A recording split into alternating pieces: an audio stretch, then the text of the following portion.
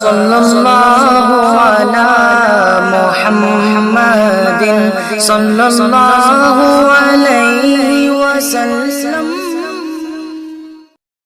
الحمدللہ وکفا وسلام علی عبادہ الذین اصطفی، اما بعد، اعوذ باللہ من الشیطان الرجیم، بسم اللہ الرحمن الرحیم۔ الف لام میم، احسب الناس ان یترکوا ان یقولوا آمنا وهم لا یفتنون، وَلَقَدْ فَتَنَّ الَّذِينَ مِن قَبْلِهِمْ فَلَيَعْلَمَنَّ اللَّهُ الَّذِينَ صَدَقُوا وَلَيَعْلَمَنَّ الْكَاذِبِينَ۔ سورۃ العنکبوت۔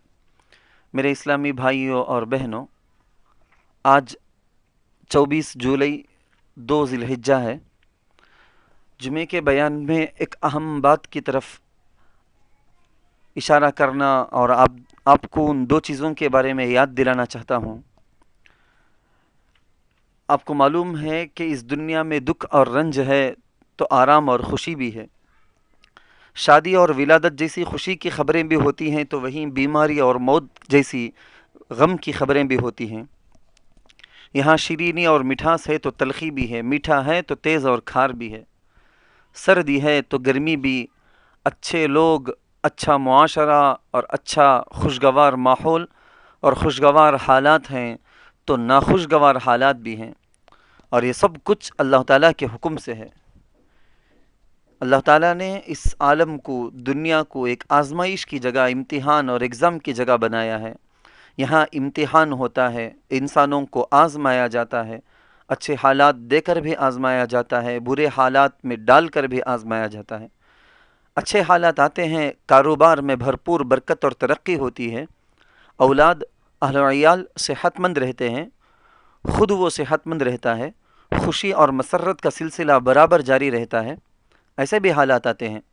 اس کے مقابل میں، اس کے اپوزٹ میں برے حالات بھی آتے ہیں، اللہ نہ کرے پریشانی ہوتی ہے، بیماریاں لگتی ہیں، احباب اور اقارب، رشتہ دار اور دوستوں میں موت کا سلسلہ چلتا ہے، مال کے اندر، اسباب کے اندر نقصان ہوتا ہے، یہ حالات بھی آتے ہیں۔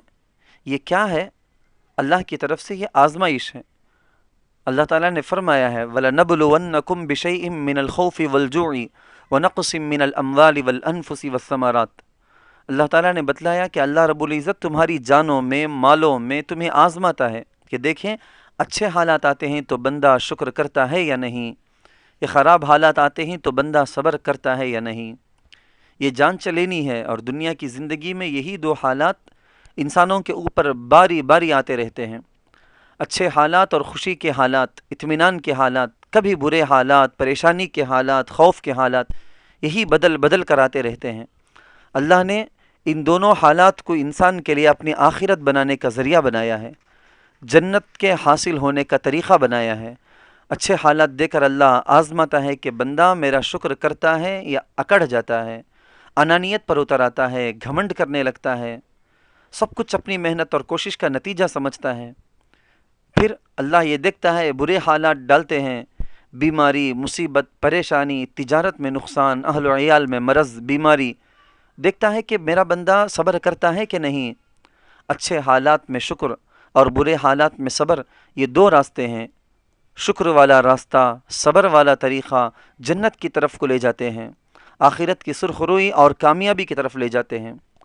صبر اور شکر دونوں اسلامی تعلیمات میں کلیدی کی اہم مقام کے حامل اخلاق اور اوصاف ہیں۔ ان کو اپنانے پر اسلام نے بہت زور دیا ہے۔ قرآن اور حدیث میں جگہ جگہ تاکید کے ساتھ، یعنی ڈرا کر، ترغیب کے ساتھ، شوق دلا کر ہدایات اس سلسلے میں ملتی ہیں۔ علماء کے اس سلسلے میں 3 اقوال ہیں، آپ ذرا سوچ کر دیکھیں۔ علماء میں اس بارے میں بات چلی ہے کہ صبر افضل ہے کہ شکر۔ علماء کی ایک جماعت دلائل کی روشنی میں، قرآن کی آیتوں اور حدیثوں کی روشنی میں علماء کی ایک جماعت بتلاتی ہے۔ دارالعلوم دیوبند کے ماہنامے کے اندر ایک مضمون، تفصیلی مضمون آیا تھا۔ اس مضمون کے اندر پوری دلائل، آیتوں، حدیثوں کے ساتھ یہ بتایا گیا تھا۔ یہ ایک جماعت کہتی ہے کہ صبر شکر سے بھی بڑھ کر ہے، افضل ہے، انہوں نے دلیلیں پیش کی ہیں۔ دوسری جماعت کہتی ہے کہ نہیں، شکر صبر سے بڑھ کر ہے، انہوں نے بھی دلیلیں پیش کی ہیں۔ ایک تیسری جماعت کہتی ہے کہ نہیں، دونوں کے درجے برابر ہیں۔ اسی وجہ سے حضرت عمر رضی اللہ عنہ نے فرمایا ہے لو کان الصبر والشکر بعیرین ما بالیت ایہما رکبت۔ اگر صبر اور شکر دو سواریاں ہوتی، دو گاڑیاں ہوتی، تو مجھے کوئی پرواہ نہیں ہوتا کہ میں کون سی سواری پر سوار ہوں، کیونکہ دونوں جنت کو لے جانے والے ہیں۔ پورے قرآن کریم میں تقریباً 103 103 آیتوں میں صبر اور اہل صبر کی اہمیت، فضیلت اور مقام و مرتبہ بیان کرنے کے ساتھ اس کی ترغیب بھی دی گئی ہے۔ نیز صبر کے فائدے، نتیجے اور اس سے ملنے والے ثمرات پر بے شمار حدیثیں بھی موجود ہیں۔ بخاری شریف کی ایک حدیث ہے، اللہ کے رسول صلی اللہ علیہ وسلم نے فرمایا، الطاعم الشاکر بمنزلۃ الصائم الصابر، شکر گزار کھانے والا یعنی وہ شخص جس کو اللہ نے کھانے کے ساری سہولتیں دے رکھی ہیں، وہ کھاتا ہے اور شکر کرتا ہے، تو اس آدمی کو اللہ کے رسول صلی اللہ علیہ وسلم نے بتایا یہ صبر کرنے والے روزے دار کی طرح ہے۔ جہاں قرآن میں اللہ نے شکر کے بارے میں یہ کہا، لئن شکرتم لازیدنکم، کہ شکر ادا کرو گے تو ہم مزید عطا کریں گے، وہیں صبر کے بارے میں ارشاد ہے، انما یوفی الصابرون اجرہم بغیر حساب، کہ صبر کرنے والوں کو بے حساب اجر دیا جائے گا، کوئی حساب ہی نہیں اس کا۔ حضرت حسن بصری رحمۃ اللہ علیہ کا قول یاد آتا ہے، حضرت فرماتے ہیں کہ انسان اللہ کی طرف سے آنے والے پریشانیوں کو، مصیبتوں کو گننے والا، شمار کرنے والا ہے، ایک ایک کو بھی گنتا ہے کہ یہ ہوا تھا، یہ برا ہوا تھا، یہ برا ہوا تھا، اور اللہ کی طرف سے ہونے والے احسانات اور نعمتوں کو بھول جانے والا، فراموش کر دینے والا ہے۔ اللہ کی کروڑوں کی نعمت ہوتی، ایک نعمت کو بھی وہ شمار نہیں کرتا، اس کا شکر نہیں کرتا۔ جب بندہ اس کو یاد رکھے گا، یاد کرے گا تو تبھی تو شکر کرے گا، لیکن مصیبتوں کو یاد کرتا ہے اور اس پر صبر نہیں کرتا۔ اسی لیے رسول اللہ صلی اللہ علیہ وسلم نے فرمایا ہے، عورتیں جہنم میں زیادہ جائیں گی کیونکہ وہ شوہر کی ناشکری کرتی ہیں۔ جب شوہر کی ناشکری کا عذاب جہنم ہے تو اللہ کی ناشکری تو یقیناً بہت بڑا جرم ہے۔ ایک عربی شاعر کا بہت زبردست، بہت اچھا شعر ایک ہے، یا ایھا الظالم فی فعلہ والظلم مردود علی من ظلم، اے اپنے کاموں میں، اپنی باتوں میں، اپنی حرکتوں میں ظلم کرنے والے ظالم، ظلم کا بدلہ ظالم کو مل کر رہتا ہے۔ الی متی انت وحتی متی، تم کب تک اور کس وقت تک، تشکل مصیباتی، مصیبتوں کی شکایت مسلسل کرتے رہو گے، وتنسی النعم، اور اللہ کی نعمتوں کو کب تک بھولتے رہو گے، باز آ جاؤ، یہ صحیح طریقہ نہیں، یہ غلط طریقہ ہے۔ شکر کی افضلیت ہی کی ایک دلیل ہے کہ رسول اللہ صلی اللہ علیہ وسلم نے فرمایا، صلی اللہ العافیہ فإنہ لم یعط عبدا بعد الیقین خیرا من العافیہ۔ ترمذی شریف کی حدیث ہے، اللہ کے رسول صلی اللہ علیہ وسلم نے فرمایا کہ اللہ تعالیٰ سے عافیت مانگو، کیونکہ ایمان یقین کامل کے بعد عافیت سے بڑھ کر ایسی کوئی نعمت نہیں ہے جو بندے کو اللہ کی طرف سے ملتی ہے۔ عربی لغت میں صبر کہتے ہیں برداشت سے کام لینے کو، کنٹرول سے، خود کو کسی بات سے روکنے کو، جبکہ شکر کہتے ہیں احسان مندی کے اظہار اور جذبے کو۔ یہ ڈکشنری کا معنی ہے۔ مسلمان کی پوری زندگی صبر اور شکر سے عبارت ہے۔ وہ اپنی پوری زندگی میں اچھی حالات پر شکر، بری حالات پر صبر، ان دو ہی چیزوں کے اندر اندر اس کی پوری زندگی ہونی چاہیے۔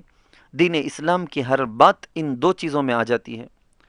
امام بیہقی نے اپنی کتاب شعب الایمان میں نقل کیا ہے، حضرت مغیرہ بن عامر رضی اللہ عنہ اللہ کے رسول صلی اللہ علیہ وسلم سے روایت کرتے ہیں، اللہ کے رسول نے فرمایا، الشکر نصف الایمان والصبر نصف الایمان والیقین الایمان کلہ، شکر آدھا ایمان ہے، صبر آدھا ایمان ہے، اور یقین کامل تو پورا کا پورا ایمان وہی ہے۔ نعمتوں کو شمار کرنا چاہیے، اللہ تعالیٰ کی نعمتوں کو شمار کرتے وقت ہمیشہ اپنے سے کم تر، نیچے والے کو دیکھنا چاہیے۔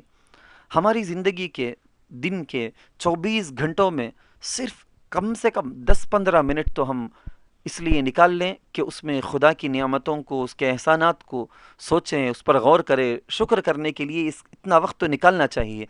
ہم کو اچھی بیوی ملی، ہم کو اچھا شوہر ملا، ہم کو اچھے بچے ملے، ہم کو اللہ نے تندرستی دی، صحت دی، خوبصورتی دی۔ کتنے لوگ ہیں کہ مجھے کام کرنا پڑتا ہے، ایک عورت کا شکر ادا کرنے کا ایک عجیب انداز، ہم نے اس سے پہلے ایک بیان کے اندر اس کو نقل بھی کیا تھا۔ آدمی ایک عورت ہے، وہ یہ سوچا کرتی تھی کہ مجھے گھر پورے گھر کی صفائی کرنی پڑتی ہے، جھاڑو دینا پڑتا ہے، جالی صاف کرنی پڑتی ہے، دھونا پڑتا ہے، میں اللہ کا شکر ادا کرتی ہوں۔ بہت سے لوگ جن کے پاس گھر ہی نہیں، میرا شوہر راتوں میں مجھے خراٹوں کی آواز سے پریشان کرتا ہے، لیکن میں خوش ہوں، اللہ کا شکر ادا کرتی ہوں۔ کتنوں کے پاس شوہر ہی نہیں، مجھے پکوان کا کام کرنا پڑتا ہے، پورے خاندان والوں کو کھلانا پڑتا ہے، لیکن میں اللہ کا شکر ادا کرتی ہوں کہ میرے پاس لوگ تو ہیں، مجھے چاہنے والے لوگ تو ہیں۔ اس طرح اس کا ایک طویل مضمون ہے، بہت پیارا مضمون ہے۔ حضرت علامہ حضرت مولانا محمد یعقوب صاحب رحمۃ اللہ علیہ وشارمی، جو شیخ الحدیث صدر المدرسین مدرسہ کاشف الہدا کے مدراس کے تھے، وشارم کے بہت بڑے بزرگ تھے، انہوں نے اپنے خطبات کے اندر ایک واقعہ نقل کیا ہے۔ شاہ جہاں بادشاہ، آپ لوگ جانتے ہیں تاریخ میں شاہ جہاں کا جو دور ہے ہندوستان میں انتہائی درجے کی خوشحالی کا، فارغ البالی کا دورہ تھا۔ یہی خوشحالی اور فارغ البالی اور اطمینان، اس کا نتیجہ تھا کہ شاہ جہاں بادشاہ نے تاریخ میں یادگار عمارتیں بنا کر چھوڑیں۔ ایک طرف تاج محل، دوسری طرف جامع مسجد دہلی کی، ایک طرف لال قلعہ، تاریخی عمارتیں کہ آج بھی دور دور سے سیاح لوگ آتے ہیں، ان عمارتوں کو دیکھتے ہیں۔ اسی شاہ جہاں بادشاہ کے زمانے میں انتہائی فارغ البالی کا جو زمانہ تھا، تخت طاؤس تیار ہوا۔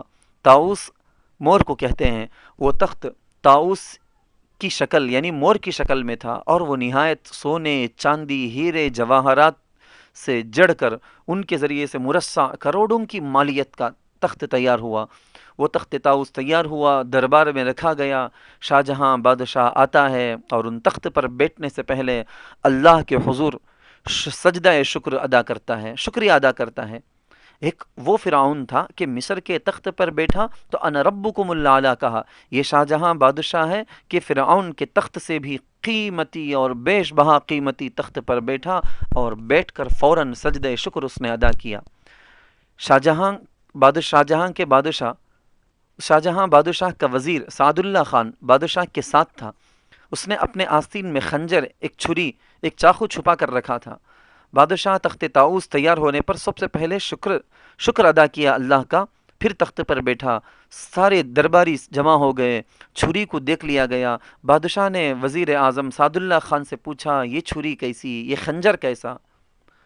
آپ ذرا سوچ کر دیکھیں، اس نے جواب دیا، نہایت کھرا جواب دیا، جہاں پناہ حضور، مجھے ایک قسم کا اندیشہ ہو رہا تھا کہ فرعون مصر کے تخت پر بیٹھ کر اس کے دماغ میں جو اکڑپن پیدا ہوا اور دماغ کے اندر جو بڑاپن پیدا ہوا، تکبر پیدا ہوا، جس کے نتیجے میں اس نے انا ربکم الاعلی کی آواز اٹھائی، کہیں آپ بیش بہا تخت طاؤس پر بیٹھ کر آپے سے باہر نہ ہو جائیں، کنٹرول نہ کھو دیں، اور کنٹرول کھو کر اپنے خدا ہونے کا دعویٰ الٹا سیدھا نہ کر دے۔ اس واسطے میں نے یہ خنجر رکھا ہے چھپا کے کہ کہیں خدا نہ خواستہ فرعون والا راستہ آپ اختیار کریں تو اسی تخت طاؤس پر آپ کو قتل کر دوں۔ بادشاہ بھی بڑا عقل مند تھا، بڑا سمجھدار تھا، اپنے وزیر کی اس بات پر بڑا خوش ہوا، مزید شکر ادا کیا۔ یہ ہوتی ہے مومن کی شان۔ اچھے حالات پر شکر اور برے حالات پر صبر کرنا چاہیے۔ بلا مصیبت نازل ہو، تکلیفیں ہوں، بیماریاں ہوں، صبر کرتا جاتا ہے بندہ، صبر کرتا جاتا ہے، اور آخرت کا راستہ، جنت کا راستہ طے کرتا رہتا ہے، مایوس نہیں ہوتا۔ اور اگر نعمتیں ہوں، مال دولت کی کثرت ہو، صحت ہو، ہر طرح کی خوشحالی ہو، اکڑ نہیں جاتا بلکہ شکر ادا کرتا ہے۔ بیماری ہو، مصیبت ہو تو صبر، یہ بھی جنت والا راستہ ہے۔ یہی دو حالات اس کے سامنے آئیں گے، خوشی کے حالات میں بندہ شکر کرتا ہے کہ نہیں، اور غمی کے، مصیبت کے حالات میں صبر کرتا ہے کہ نہیں۔ تو اس سے آپ جان سکتے ہیں کہ مومن کسی بھی وقت مایوس نہیں ہوتا، برخلاف وہ شخص جس کے اندر ایمان نہیں، وہ دونوں حالتوں میں چوپٹ ہو جاتا ہے۔ خوشی کی حالات آئیں تو اکڑ جاتا ہے، انا ربکم الاعلی، سب سے بڑا پروردگار رب میں ہوں کا نعرہ لگانے لگتا ہے۔ جہاں مصیبت کے حالات آئیں، مایوس ہو کر دل توڑ لیتا ہے، اور بعض اتنا مایوس ہو جاتے ہیں کہ زندگی سے مایوس ہو جاتے ہیں، خودکشی کر کے مر جاتے ہیں، ختم ہو جاتے ہیں۔ یہ ایمان بھی عجیب چیز ہے کہ بندے کو سنبھالتا ہے، خوشی کے حالات میں بھی سنبھال لیتا ہے کہ کہیں مچل نہ جائے، مصیبت اور غم کے حالات میں بھی ایمان سنبھالتا ہے کہیں مایوس نہ ہو جائے۔ میرے دوستو، کبھی یہ نہ سمجھیں کہ ہمیشہ خوشی کے حالات آئیں گے، ہمیشہ آرام اور راحت میں رہیں گے، ہمیشہ اطمینان کی زندگی نصیب ہوگی، یہ نہ سمجھیں۔ حالات الٹ پلٹ ہوتے رہیں گے، عدل بدل کر آتے رہیں گے۔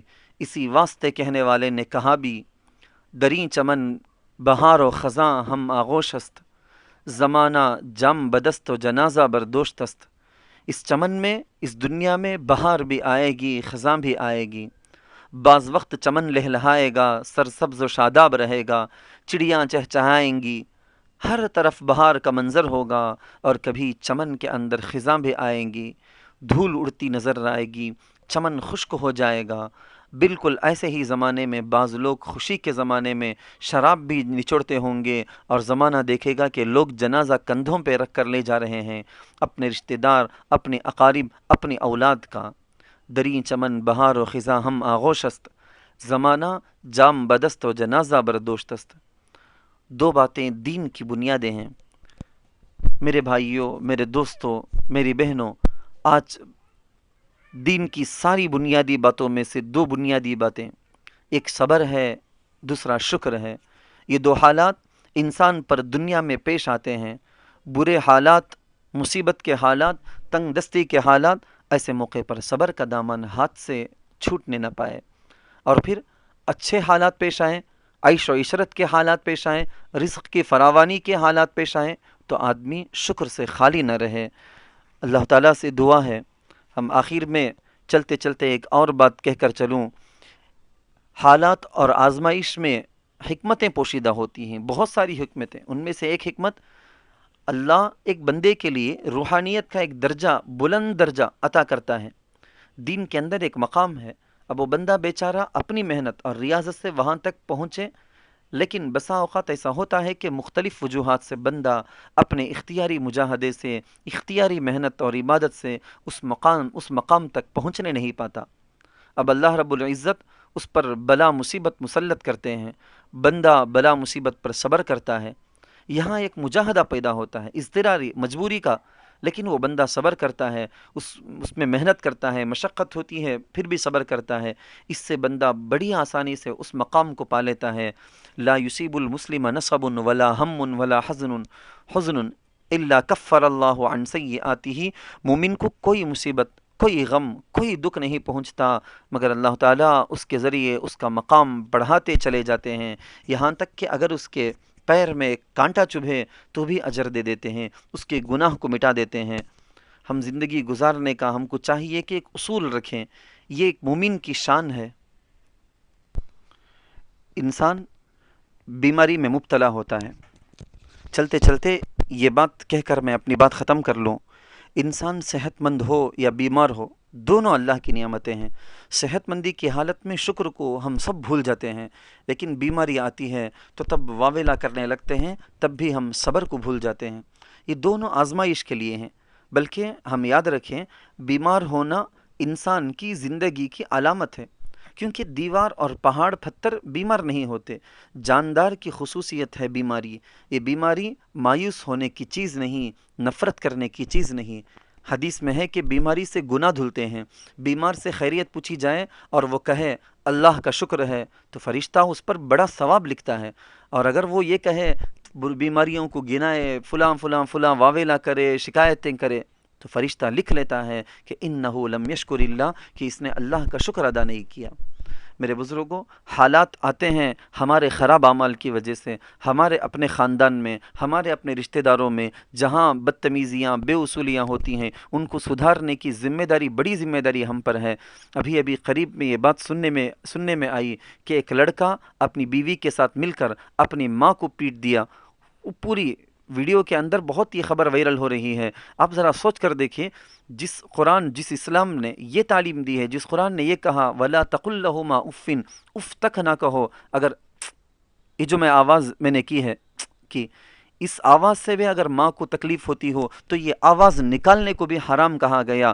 تم چہرہ بگاڑو اور اس چہرے کے بگاڑنے کی وجہ سے ماں کو تکلیف ہوتی ہو تو اس کو بھی اسلام نے حرام کیا۔ مارنے کی بات تو کوئی مسلمان خواب میں بھی نہیں سوچ سکتا تھا۔ آج مسلمانوں کے بارے میں، اسلامی بھائیوں کے بارے میں پوری دنیا کے اندر یہ خبر گشت کر رہی ہے کہ ایک لڑکے نے اپنی بیوی کے ساتھ مل کر ماں کو پیٹا، ماں کو خوب پیٹا، گالیاں بکی، گھر سے نکالنے کی بات کہی۔ آپ ذرا سوچ کر دیکھیے کہ ایسی حالت میں ہم پر آئے گی تو کیا آئے گی۔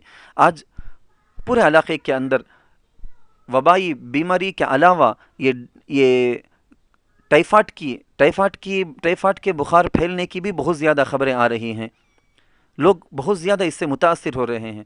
اسلام نے صحت اور اس کے اسباب کی ترغیب دی، ہم نے پہلے بھی بتایا ہے، پہلے بھی جمعے کے بیان کے اندر تفصیل سے اس سلسلے میں بتایا ہے، بیماری کے وقت ادویات کے استعمال کی اجازت دی۔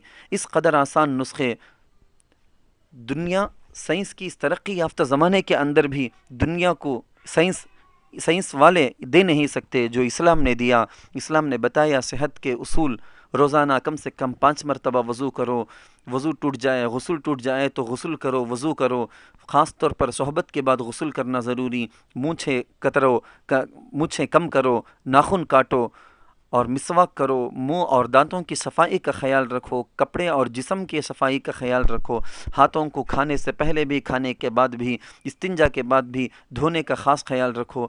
یہ ساری چیزیں، ان ساری چیزوں کا حکم قرآن کریم دیتا ہے۔ قرآن کریم میں ایک اصول طب کے بارے میں ایک قاعدہ یہ بھی ہے، وَكُلُوا وَاشْرَبُوا وَلَا تُسْرِفُوا، کھانا ہے پینا ہے، دونوں میں کم بھی نہیں زیادتی بھی نہیں، ان کے بغیر نہ صحت، نہ دین و دنیا کا کوئی فائدہ، نہ دین و دنیا کے کام کرنے کی کوئی قابلیت بچے گی۔ بیماریاں انبیاء کو بھی آئی ہیں، حضرت ایوب علیہ السلام کا بیمار پر صبر کرنے کا واقعہ قرآن میں ہے، بیماری پر صبر کا واقعہ قرآن میں ہے۔ حضرت یعقوب علیہ السلام اپنے بیٹے حضرت یوسف علیہ السلام کے فراق سے جو ان کو تکلیف پہنچی تھی، صحت پر بڑا اثر ہوا، سوچ کر بیمار ہو گئے، بینائی تک چلی گئی۔ اس کو بھی ہماری عبرت کے لیے بیان کیا گیا۔ ہم کو بیماری کا خیال نہیں کرنا ہے، دنیا میں کوئی بیماری پھیل رہی ہے ٹھیک، لیکن اس کو اپنے دماغ میں، اپنی سوچ میں سوار نہیں کر لینا چاہیے۔ آدمی سوچ کے جو بیماری اس کے اندر نہیں ہے، وہ بیماری اپنے دماغ میں سوچ کے اپنے آپ کو بیمار بنا لے سکتا ہے۔ اتنی خیالات کا اتنا اثر پڑتا ہے، دماغ کے خیالات کا صحت پر اثر پڑتا ہے۔ آپ نہ سوچیں، بیماری کی فکر کرتے ہوئے نہ بیٹھیں، اللہ نے جو صحت دی ہے اس کا شکر کریں، اس صحت کو اللہ باقی رکھیں گے۔ حضرت یونس علیہ السلام کے بارے میں بھی آتا ہے کہ مچھلی کے پیٹ سے جب نکلے بے حد کمزور اور نحیف تھے، شکریہ ادا کیا، استغفار کرتے رہے تو اللہ نے بڑا چنگا، بڑا صحت مند بنا دیا تھا۔ اللہ تعالی ہم سب کو صحت، تندرستی کے ساتھ ساتھ عافیت کے ساتھ زندگی گزارنے کی سعادت نصیب فرمائے، اور جو پورے عالم کے اندر بیماری میں مبتلا ہیں ان سب کو اللہ شفائے عاجلہ، کاملہ، دائمہ، مستمرہ نصیب فرمائے۔ وآخر دعوانا ان الحمد للہ رب العالمین۔